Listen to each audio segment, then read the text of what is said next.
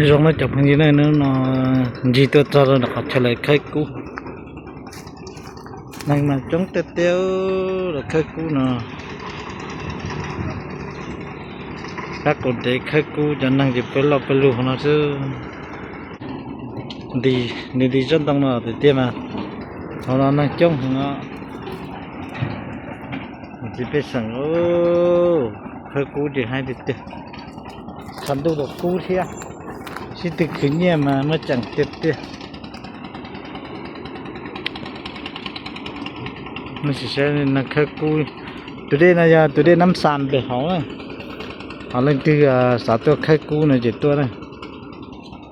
มันสิใช้ให้เลยจ้องหมดอ่ะมันจะเช็ดที่นั่นแล้วลงถึงวันยามนะ